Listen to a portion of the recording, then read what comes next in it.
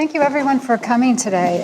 We have a terrific panel, including representatives from two agencies that probably touch more Americans than any others, and that is Ruby Burrell, the Chief Strategic Officer at Social Security Administration, and Rajive Mathur, the Director of the Office of Online Services at the Internal Revenue Service. I imagine almost everyone in this room has had experience with both agencies, so you're customers. And then at on the end here is Mathur Dorris, who probably knows more about customer experience than anyone in this room. So we're thrilled to have her, and she's, of course, with GSA. So this panel is about where customer service is advancing in government. And as it happens, last night, as I was preparing for this, our research arm at Government Executive Media Group, Government Business Council, emailed me the results of their latest survey on federal employees' attitudes about customer service in their agencies. And I just want to read a couple data points that I think are very relevant for our discussion today. One is 67% say their agency provides a customer service experience that is at least on par with the private sector. Now that's kind of a loaded data point because, you know, that could be experience with Amazon, it could be experience with Verizon, it could be experience with your, internet service provider, and we all have probably mixed experiences with all of those organizations. Another data point, 65% say their agency goes above and beyond to deliver a user experience tailored to customers' unique needs. I think that's really very encouraging. People that we surveyed understand the value of this, and they feel that their agencies are striving, and that's terrific. Interestingly, though, only 56% of federal employees say they are satisfied with the quality of customer service they receive from other agencies. So they're doing it well, other agencies not so much. So we may get into some of that here on this panel. One of the, before we get into the discussion though, I would like, especially Ruby and Rajive, to define for us, who are we talking about when you talk about customers in your agencies? So, good morning. It's great to be here. I have a lot of respect for my two colleagues up here on the podium with me. So let me just say that everybody in this room is one of my customers. So regardless of the demographic, you are one of Social Security's customers. We at Social Security like to believe that we have a lifelong relationship with the American public, and so that's all of you. So from the moment you're born, and now we are issuing Social Security numbers at birth. And then when you start your first job, we start posting and tracking all of your earnings. And even though many of you, all of you, probably most of you are federal employees, many of you are paying FICA. You see that Mr. FICA on your pay stub or on your whenever you take a look. So we post and keep track of your earnings. We also, if you become disabled, if you have a disabled child, you become one of our customers. And then, as we like to believe that our relationship really extends through life and then beyond. And then at death, your survivors will receive Social Security benefits. Also, you may be one of the survivors who will receive a Social Security benefit from a spouse, or you may have received, from a parent. So all of you are our customers. And so when we think about what our customers need, we think about people like you. We think about what you do every day and what your behavior is, and that's how we try to figure out what our customer needs are. Also, our customers are businesses. All of the businesses have to report their earnings. Any employer has to report earnings. Anybody who owns a business has to report their earnings to Social Security. We also have one of the largest data repositories in the world. So we exchange data with many of your federal agencies, and we exchange data with private companies. So again, we certainly touch, we think, every American at some point in their lives. And again, while Rajive, I know that your component also, or your agency also touches, but I think you all like us better. I like Rajive. He's a wonderful person. So that's why I can joke with him. Because he's great. But anyway, all of you are our customers. Well, Rajive, that's quite an opening for you. I really like Ruby. That was a good setup. Good morning, everyone. So we have a pretty complex business, and I'll describe our customers as I describe the business. So if you think about, we have what I would consider a retail business, right, which is the government to consumer, the direct to consumer business. In that regard, there's 150-ish million individual returns that were filed last filing season, and so that's obviously a big part of the customer base. But there are also 40 plus million businesses, and there's also small businesses, and there's large businesses. There's state, local governments. So there's all the folks that need to interact with the tax administration system in some way, shape, or form, right? So that's a set of customers that we certainly do. But the entire tax ecosystem involves a lot of our partners who've done a great amount of work with us to get to, for example, a high e-file rate, well over 80%, actually near 90% now. So those are the tax pros, software companies, enrolled agents, CPAs, and other folks who are all involved alongside us, and their customers too. So there's the individuals that come, for example, to IRS Gov to find out what they need to do before they're filing, or they're going to be filing, and then they go through their tax pro or their software company. And then, of course, after they file. So those interactions are happening. Those are all customers. And then there's the industry. Then there's the various other pieces of the ecosystem, the tax pros and CPAs.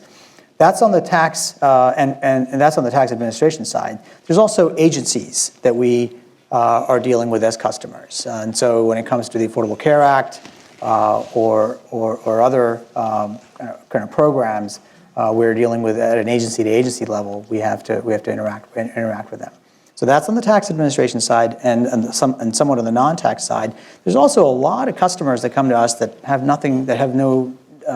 It's not really tax related, right? It might be information related. So you're applying for a student loan, you're applying for a mortgage or a car loan, or you're doing estate planning and you need to find out where you stand when it comes to your tax situation. So you might come to us for that, and those are specific needs that we have to figure out. How do we make that experience a good experience? So that's an example, and so we consider certainly the individual folks that are a big part of it, but there's a whole slew of other folks that we have to cater to just as much, if not more, because they are part of the experience when it comes to the IRS. And when people are dealing with us, in some cases they're not dealing directly with us; they're dealing with these third parties. So we have to make sure that their experience is as good or better, so they can serve their customers, who is our common customer. So, Martha, you're in a somewhat different position. You have kind of a big picture of what's happening in government and what the trends are. Tell us about that. So let me start with the, kind of the cleanup hitter on the customer base, which is I'm kind of schizophrenic in what I do around customer experience. I've spent about 10 years in the direct service through USA.gov and our contact center and distributing publications, as well as creating products and services for other agencies to use to improve customer service. And now I moved about 3 months ago into the Federal Acquisition Service, and we have a team that's working to overlay customer thinking and customer centricity thinking onto the work that we do in serving other federal agencies in terms of buying IT products and services. I also am the co-chair of the ACT-IAC priority area on customer experience. So I get to look at it from, as the customers in terms of USA.gov and the direct service, overlap the same customers that we just heard about. We have the agency customers, whether when you think about customers, we've kind of lumped them all together, but I think the key is how do you break them apart to understand what different, expectations that they have. And so, from a central perspective, we're all dealing, and if you think about from the citizen's perspective, they deal with Social Security, they deal with IRS, they deal with federal student aid, they deal sometimes with VA, they deal with different departments in HHS. So from their standpoint, we should all put ourselves in their shoes to say, if we're confused at the government and industry level in dealing with the federal government, how does the citizen feel? And I think that's why we're all kind of here. And I couldn't be more thrilled to be in a room full of people who love talking about customer experience. So this is awesome for me. I'll go through a couple of trends that we've seen. Digitalgov.gov is creating a whole section on customer experience. We've created in GSA a community of practice on customer experience, so you can get involved in sharing information across the federal space, at least if you're a government employee. So I also had my kind of GSA government role, and all of our chief customer office team is here too. So we all work together to try to pull this all together. So I dream about customers all day long in one way or another. So the first trend I'll hit is just about the creation of these chief customer offices. Whether they're, to the level that Brenda talked about, or you'll hear from Tom Allen later on. GSA's had one for about a year, a little bit smaller in scale, but starting to bring together people who can bring together the data around customers is proving to be very beneficial, because you can't tell what the experience is if you don't have that data pulled together in one place. And I think Brenda's talk about starting with data is, I think we've done the same thing at GSA, and you'll hear a fabulous story later this morning from Tom Allen about what they're doing.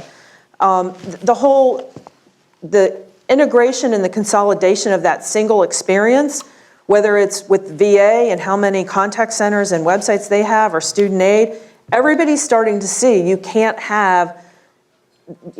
be like on the public or on your customer to figure out where in the government you need to go. So having that integrated experience, as well as pulling it together in a central place. With USA.gov, we have a robust search capability that the public can go on and search and actually get to all the government information. The second one is on a focus on digital business strategies. We've got USDS stood up, different agencies are standing up, digital services teams. There's a lot of thinking now around that we're pushing out, we're talking about more around voice of the customers. Finally, we're starting to talk about how do you create your personas and journey mapping that experience, which between data and journey mapping, you can actually get to a lot of the ideas on the improvements that you need to make. The third one is on the actual elevation of support that we're getting in this administration through the CAP goal. The president was on Jon Stewart about a week ago and actually talked about the importance of customer experience. So you'll see I think you've seen that kind of roaming around the web. And the CAP goal has made a lot of progress in terms of recognition of employees and work in the customer area, as well as another area around measurement, which is we're now getting Feedback USA in place, where they're putting kiosks in a pilot program, getting kiosks into Social Security offices, getting them into passport offices, and we'll be going into airports. So we're going to start getting real-time data to see what the experience is, and then those agencies can make recommendations. That's been staffed by the GSA Chief Customer Office team in working with OMB and the CAP goal. The next one is around culture, which is an interesting topic. I'm sure Tom will talk about it this afternoon or later this morning. He's found you don't even have to measure customer experience, you just need to measure employee engagement. It goes hand in hand in every place that he has found across the VA. So, we've been talking about employee engagement for it's taken us about 10 years through the employee viewpoint survey, but now we're starting to see where there is a direct link with employee engagement and culture, and there's a lot of things in the government that we need to fix to be able to actually change our culture to be one of customer centricity. I'll go back to measurement just a little bit. We've got the Feedback USA. We also have the digital analytics program. There's tools that you can get through digitalgov.gov, and I think Brenda had a snapshot of it up there, a screenshot. The digital analytics program is a required program for use on federal websites that allows you to get a dashboard on your key performance indicators. They also have a tool that as soon as we get through PRA, which needs to go into the challenges bucket, We will be able to provide that to agencies. We're trying to make it so agencies don't have to get PRA waiver every time they want to use it. And then you'll be able to have a tool that will let you answer the 4 questions from the digital government strategy along with the purpose of the site to actually have more data in which to make decisions. I think last, I'll just close with, I'm a big believer in the fact that we do talk a lot about digital services, but we really need to pay attention to our contact centers. In the government, that's the biggest area that we have to make improvement in customer experience is picking up the phone, answering the calls. If somebody doesn't answer the phone at the IRS, then the Social Security gets the call. And if they get too many calls, they can't actually process disability claims. So whether we like it or not, we're all in this together and we actually, impact each other whether we want to or not. So I'll close with that. And Those are great points. I want to follow up with Ruby on the issue of culture, because I know Social Security Administration has sort of baked in customer service into its long-term strategic plan. And I'm just wondering, how do you really do that effectively when customer expectations are continually changing with new technologies and other changes? So how do you make that part of the culture in your strategic planning? Right. So it's because of the changing customer expectations that we needed to focus on long-term customer experience strategies. So SSA is celebrating our 80th anniversary. It's next week. And we know that what we've been doing for the last 80 years is not going to meet our customer expectations for the next 80 years. And so we made a conscious decision to devote and commit time and money to spending a year looking at doing research to figure out what our customer needs were going to be, what were some of the drivers out there that were going to determine what our customers were going to be expecting from us, so that we could anticipate how to give them a better experience. We worked with the National Academy for Public Administrators, NAPA. They did some research for us. We talked with futurists. We, of course, reached out and talked to the public. We engaged all employees in our agency, all of leadership, the Hill, every internal and external stakeholder. Let me interrupt. You talked to a futurist? We talked to a futurist. That sounds interesting. That was very interesting. That we had a futurist to come in and really talk to all of our leadership in our headquarters office, because we wanted people to expand their minds about what the possibilities were like in the future. And the kinds of things the futurist talked about, we're certainly not ready for, but at least it made the point that we have a long way to go to get to where we need to be in 10 years. He talked about a lot of things that were going to probably happen in 20, but it just got everybody to kind of open up their minds to the possibilities for, what's going to be available and what customers are going to be expecting.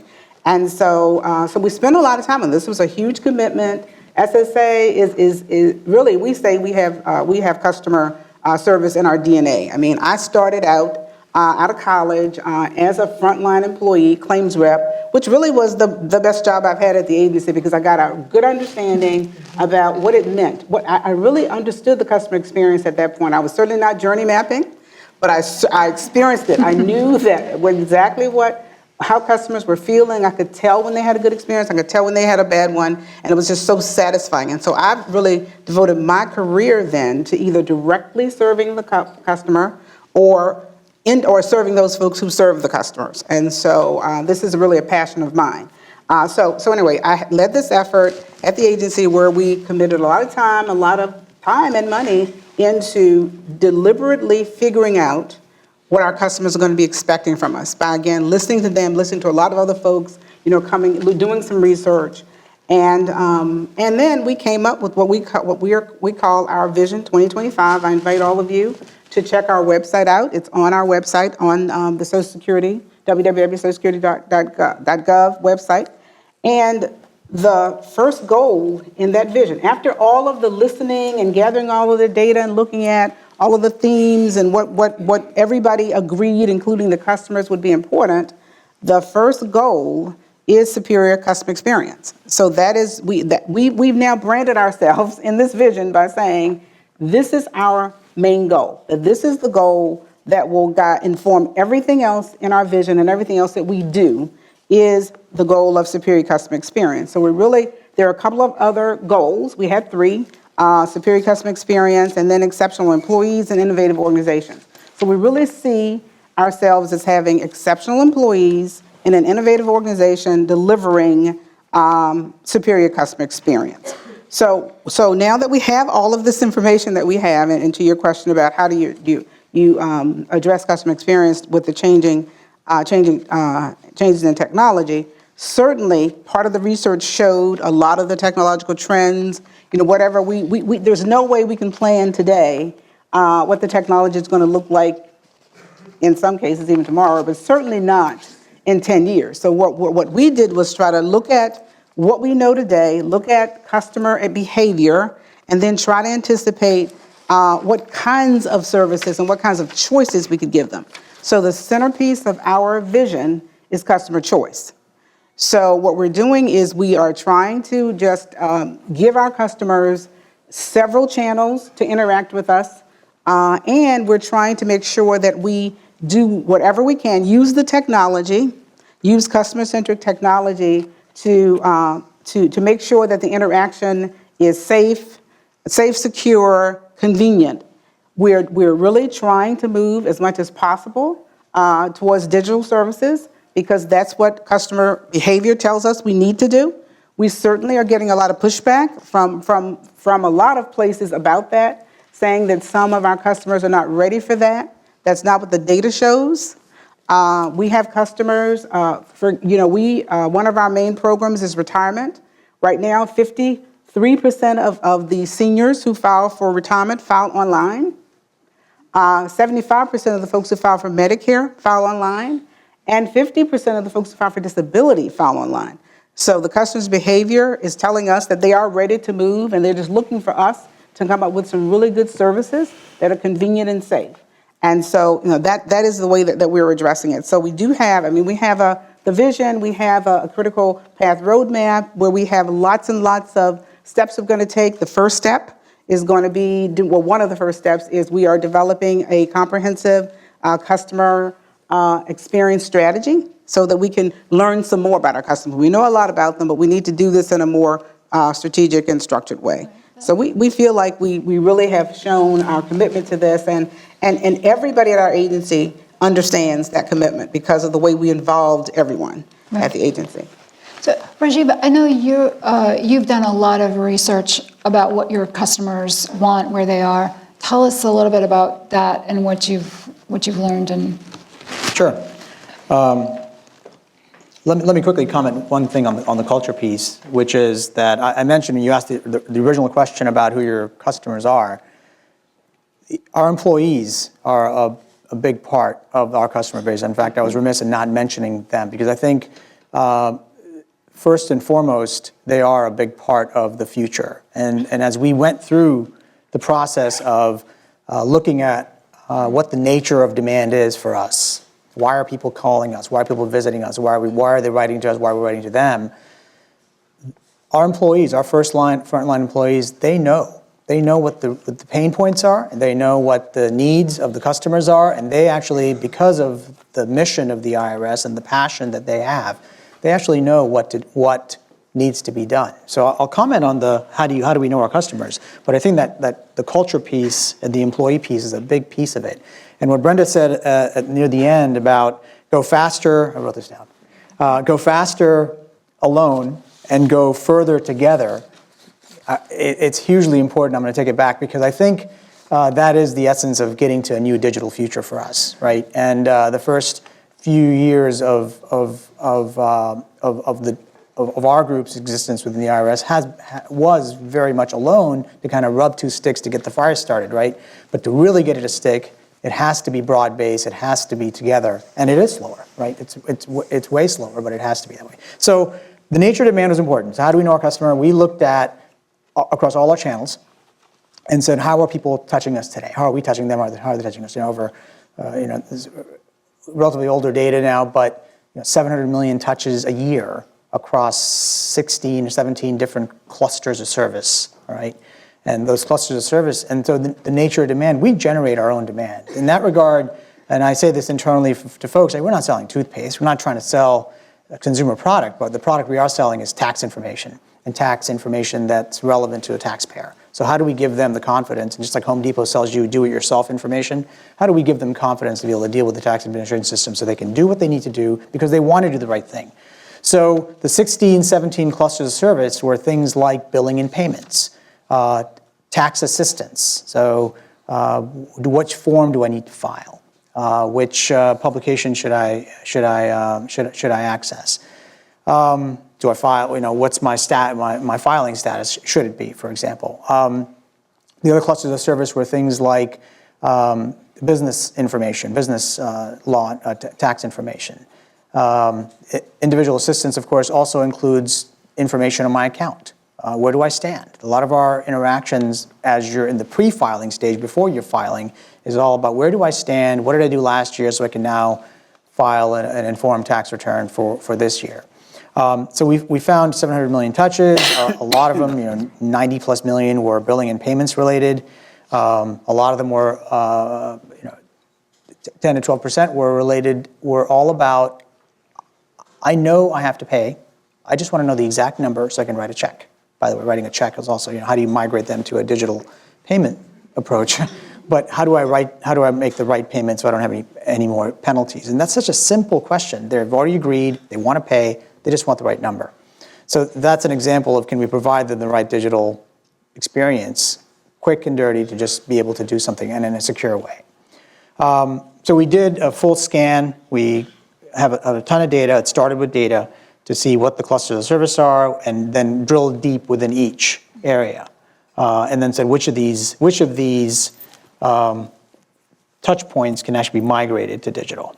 Right. So it's one thing to know what the customers want and what the expectations are, but it's another thing to actually have the skills within your organizations to provide that. And Martha, I'm wondering if you have any data or insight into sort of the status of this skills service balance across government.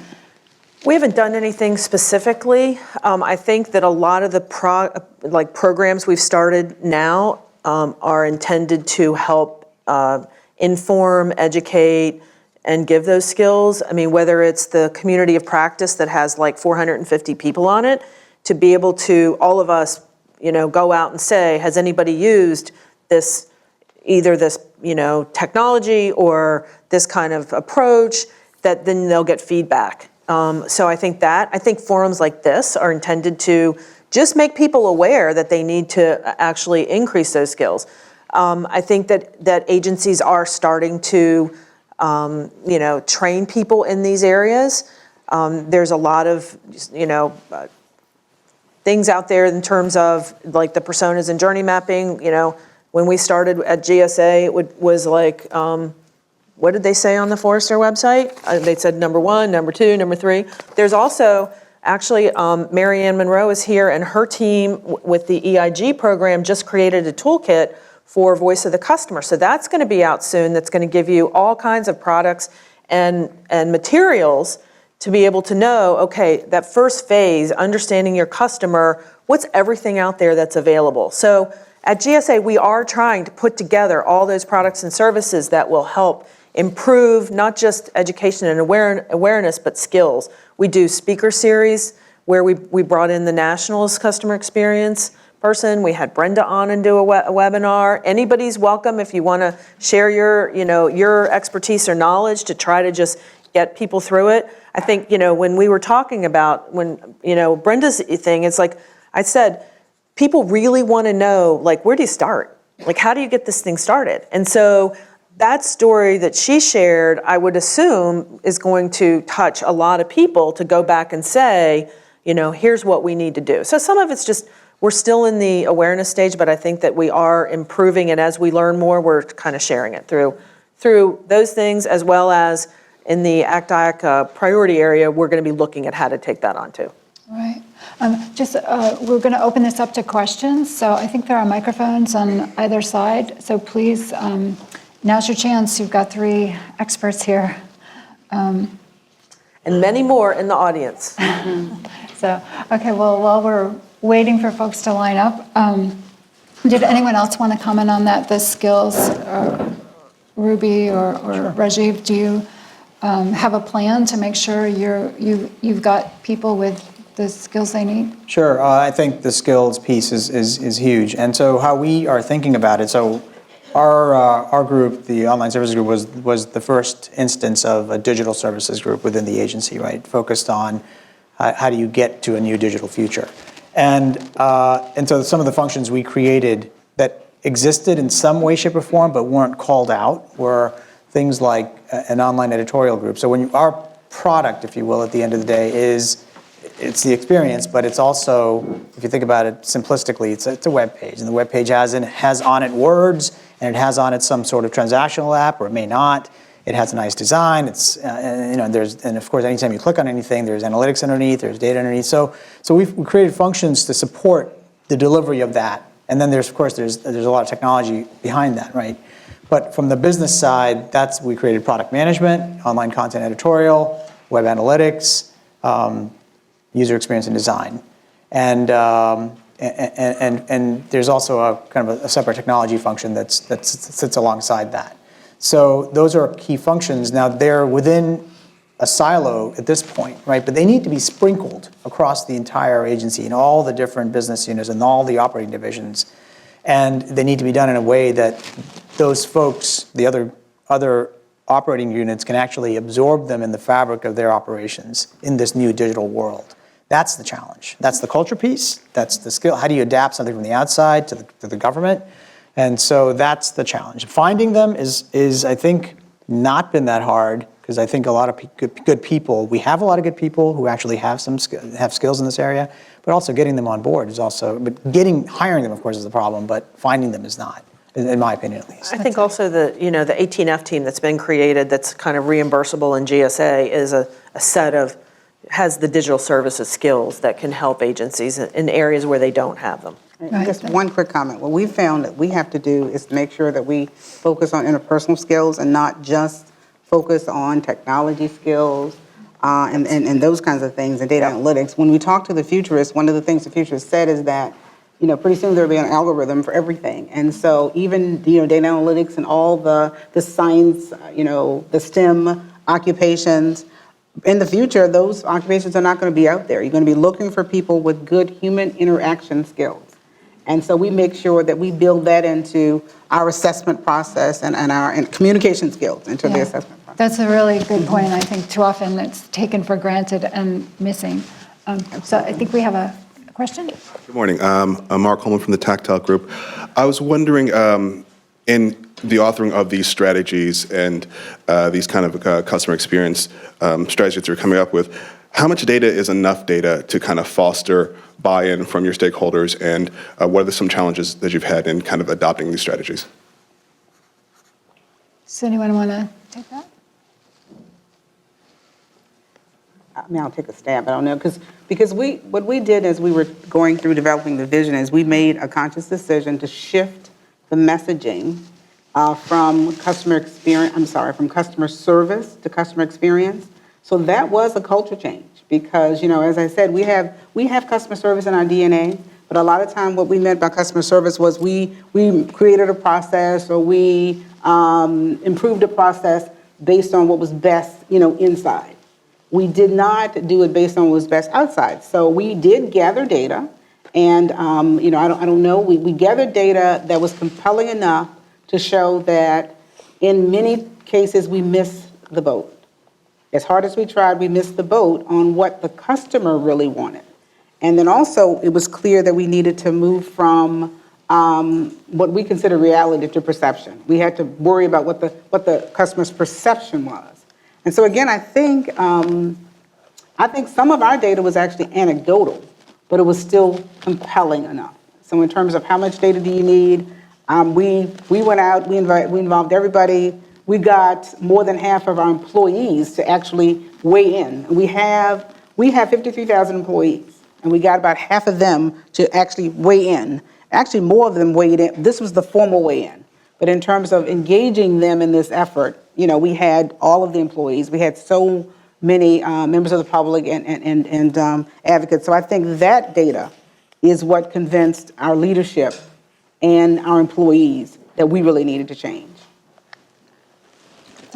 So one of the things I'd add to that is making sure you get data from the customer perspective. I know from our work at GSA in the citizen services area, our perception of the experience people were having and what we found when we looked at it from the customer's perspective was very different. And so sometimes you really can't anticipate what their reaction is. So nothing takes the place of talking to the customer. So I would add that and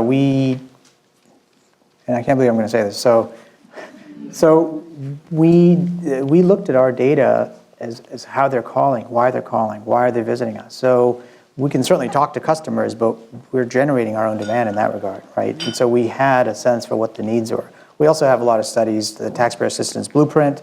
We've done taxpayer preference surveys on what do people want to do with certain kinds of interactions, what channels do they want to use, so those kinds of things. But I think the real research or the question will be or needs to be answered is how do people feel about interacting with us in a certain way? So yes, with security, but how do they actually when they make a payment? But what information are they willing to give us and what they aren't willing to give us? Right. So. Thank you. So I think we have time for one quick question. Is this thing on? Okay, so let me just start. I am a futurist. I work for a future strategy consulting company. So we've talked a lot about digital today, and I'm curious how you guys are embracing how the lines are blurring between cyber and physical. So Internet of Things, devices at home. What's next after the website? How's IRS going to help me in my home? How's Social Security going to help me on the go? What are you guys doing after digital? That's a great question, and it's something we're thinking about quite a bit. So it's, let me use the following example. So back in the old days, 6 years ago, if you wanted to order something in a restaurant, you maybe went to the website, you clicked on the thing that said menu.pdf, you clicked on it, you looked at the menu, and you said, you saw what you wanted, and you picked up the phone, and you called, right? Very disjointed experience. Not good. Now, a lot of times you can look at the menu and you can order and you can track it, which is cool.